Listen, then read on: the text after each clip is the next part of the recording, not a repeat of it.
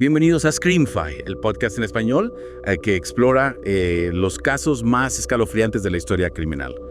Sí. En esta ocasión nos adentramos en un misterio que ha mantenido en vilo a Long Island por años, los asesinatos de Gilgo Beach. Un caso que, como muchos otros, comienza con la desaparición de varias mujeres, pero que con el tiempo se transforma en una compleja red de pistas posibles sospechosos, y un final que aún hoy no está del todo escrito. Exacto, y es que la historia de los asesinatos de Gilgo Beach no es solo una colección de datos y fechas, es un reflejo de la angustia de una comunidad, del miedo que se instala cuando la sombra de un asesino serial acecha en la oscuridad. Así es. Y lo que hace este caso aún más perturbador es la forma en que el asesino logró evadir a la justicia durante tanto tiempo. Sí. Estamos hablando de un periodo de casi 2 décadas desde el primer asesinato que se le atribuye, el de Sandra Costilla en 1993, hasta el arresto de Rex Soberman en 2023. Imagínense eso, casi 20 años. Es decir, el asesino estuvo operando en las sombras, cometiendo crímenes atroces, mientras la policía buscaba respuestas a ciegas. Exacto. ¿Qué sabemos de Sandra Costilla? Su caso fue el primero en ser conectado a Hoberman, ¿verdad? Sí, aunque su cuerpo fue encontrado en 1993 en North Sea, Long Island, no fue sino hasta después del arresto de Hoberman en 2023 que el análisis de ADN lo vinculó a su muerte. Sandra era una joven inmigrante de Trinidad y Tobago, tenía 28 años y vivía en Nueva York cuando desapareció. Sí. Su caso, como de muchas de las víctimas, nos recuerda la vulnerabilidad de las mujeres, especialmente las que se encuentran en situaciones de marginalidad. Es un recordatorio desgarrador de la realidad que muchas mujeres enfrentan. Así es. Y mientras el caso de Sandra Costilla permanecía sin resolver, otras mujeres seguían desapareciendo en Long Island. Ufi. La policía no tenía idea de que estaban lidiando con un asesino serial hasta el 2010, ¿cierto? Correcto, fue en diciembre de 2010 cuando el descubrimiento de 4 cuerpos cerca de Gilgo Beach desató una de las investigaciones criminales más extensas en la historia de Nueva York. Estas 4 mujeres, que luego se conocerían como las 4 de Gilgo, fueron el punto de partida para destapar la macabra red de asesinatos que había estado tejiendo el asesino en las sombras. Las 4 de Gilgo. Sí. Sus historias son escalofriantes, jóvenes, trabajadoras sexuales, encontradas envueltas en artillera a poca distancia una de la otra. Así es. Es como si el asesino quisiera que las encontraran, como si estuviera jugando un macabro juego con la policía. Es una teoría que se ha manejado la idea de que el asesino buscaba dejar un mensaje, una firma. Pero más allá de las especulaciones, lo que sabemos con certeza es que Maureen Brainard Barnes, Melissa Barthelemy, Megan Waterman y Amberlynn Costello fueron víctimas de una violencia brutal y despiadada. Y es precisamente la brutalidad de estos crímenes, la forma en que sus cuerpos fueron encontrados, lo que llevó a la policía a sospechar que estaban frente a un asesino serial. Claro, un asesino que no solo mataba, sino que se deleitaba con el sufrimiento de sus víctimas. Exacto. Y hablando de crueldad, el caso de Melissa Barthelemy es particularmente escalofriante. Me refiero a las llamadas que el asesino le hizo a su hermana menor. Sí. ¿Puedes contarnos un poco más sobre eso? Las llamadas que la hermana de Melissa recibió son uno de los elementos más perturbadores de este caso. Imagínate el horror de esa familia, recibiendo llamadas del asesino de tu hermana, escuchándolo burlarse de tu dolor, amenazarte con hacer lo mismo contigo. Es inimaginable. Realmente te hace cuestionar la naturaleza humana. Sí. Cómo alguien puede ser capaz de tanta maldad. Y lo más frustrante es que a pesar de que la policía logró rastrear algunas de las llamadas, nunca lograron identificar al responsable. Exacto, rastrear las llamadas en esa época no era tan sencillo como lo es ahora. Sí. La tecnología no estaba tan avanzada y el asesino claramente era cuidadoso, sabía cómo moverse sin dejar rastro, cómo usar la tecnología a su favor. Y mientras la policía se enfrentaba a la frustración de no poder identificar al responsable de las llamadas, el caso dio un giro aún más oscuro. Sí. En marzo y abril de 2011 se encontraron 6 cuerpos más cerca de Gilgo Beach.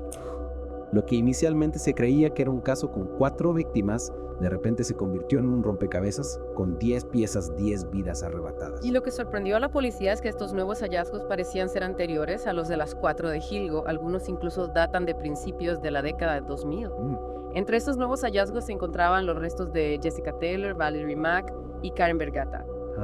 Esto amplió el alcance temporal y geográfico de la investigación, sugiriendo que el asesino había estado operando en Long Island durante mucho más tiempo del que inicialmente se creía. Un asesino fantasma, moviéndose en las sombras, dejando un rastro de muerte y dolor a su paso. Así es.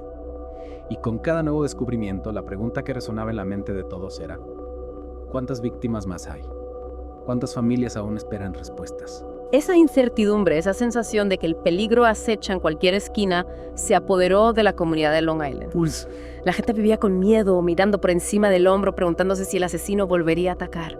y mientras el miedo se extendía por Long Island, la policía seguía buscando pistas, intentando darle un rostro al monstruo que se escondía detrás de los asesinatos de Gilgo Beach. Pero la historia no termina aquí, en Screamfy. Siempre vamos más allá de los titulares, nos adentramos en los detalles, en las historias que se esconden detrás de los casos más escalofriantes. Exactamente. Y en la segunda parte de esta inmersión, exploraremos el giro inesperado que tomó el caso en 2023, con la aparición de un hombre que cambiaría el rumbo de la investigación para siempre. Rex Heuermann. No se pierdan la segunda parte de esta inmersión en Screamfy, donde analizaremos las pistas que llevaron a la policía hasta Heuermann, las pruebas que le incriminan y el impacto que su arresto tuvo en la comunidad de Long Island. Retomamos la historia en Screamfy justo donde la dejamos, con la investigación de los asesinatos de Gilgo Beach en un punto muerto a pesar de la intensa presión pública y los esfuerzos de la policía. La identidad de Liz, el escurridizo asesino serial de Long Island, seguía siendo un misterio. Y es que la frustración era palpable, ¿no? Después de años de investigación, de seguir pistas que no llevaban a ningún lado de sospechosos que resultaban ser inocentes, la esperanza de encontrar al culpable empezaba a desvanecerse. Exactamente. Y para muchos el caso de Gilgo Beach se estaba convirtiendo en un recuerdo doloroso, una herida abierta en la comunidad de Long Island. Pero en 2022 un rayo de esperanza iluminó la oscuridad. Ajá. Se formó una nueva fuerza de tarea con la misión de revisar la evidencia, de buscar nuevas pistas, de no dejar que el caso se enfriara. Y esta nueva fuerza de tarea, con la ayuda del FBI, decidieron abordar el caso desde una perspectiva fresca, ¿verdad? Es decir, no solo se limitaron a repasar la información existente, sino que la analizaron con nuevos ojos, buscando conexiones que quizás se haya pasado por alto. Así es, y esa nueva mirada, esa determinación de no rendirse, fue la clave para finalmente dar con Rex Heuermann. Un hombre que a simple vista no encajaba con el perfil del asesino serial que todos imaginaban, ¿cierto? Un arquitecto exitoso con familia, una vida aparentemente normal, nadie sospechaba de él. Es increíble cómo un asesino puede esconderse a plena vista, ¿no? Llevar una doble vida, fingir ser una persona normal mientras comete crímenes atroces. Y en el caso de Heuermann, ¿cuál fue la pista que finalmente lo puso en el radar de la policía? ¿Qué lo delató? Fue una combinación de factores, de pequeñas piezas del rompecabezas que finalmente encajaron. Uno de los elementos clave fue el testimonio de un testigo que en 2010 había visto una camioneta Chevrolet Avalanche de primera generación cerca de la casa de una de las víctimas, Amberlynn Costello.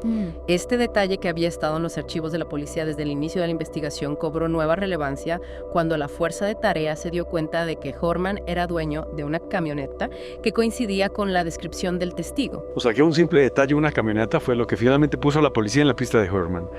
Es sorprendente cómo a veces las pistas más importantes están ahí frente a nuestros ojos, pero no las vemos hasta que las miramos desde otra perspectiva. Exactamente, y a partir de ese momento la policía centró toda su atención en Heuermann. Empezaron a investigar su vida, sus movimientos, sus hábitos, y lo que descubrieron fue aún más incriminatorio. Sus registros telefónicos lo ubicaban en las mismas zonas que las víctimas en los momentos de sus desapariciones. Claro, los registros telefónicos son una herramienta muy poderosa en las investigaciones criminales, especialmente en casos como este, donde el asesino operaba en un área geográfica específica. Pero ¿qué hay del ADN? Sabemos que el ADN es una prueba irrefutable, una huella digital genética que puede conectar a un sospechoso con la escena del crimen. Se encontraron pruebas de ADN que vinculan a Heuermann con las víctimas. Sí, y este fue otro de los elementos clave que sellaron el destino de Heuermann. En algunos de los cuerpos se encontraron cabellos que coincidían con el ADN de Heuermann. Además, en la piel en la que estaban envueltos, algunos de los cuerpos se encontró ADN que coincidía con el de la esposa de Heuermann. Era del ADN de su esposa.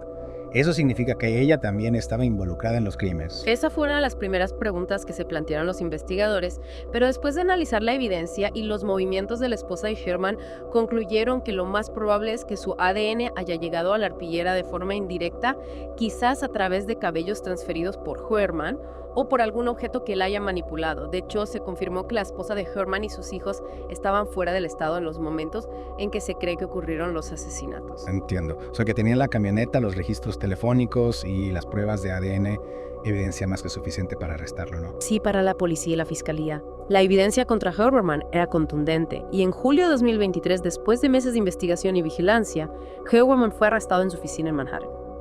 La noticia de su arresto causó conmoción en Long Island.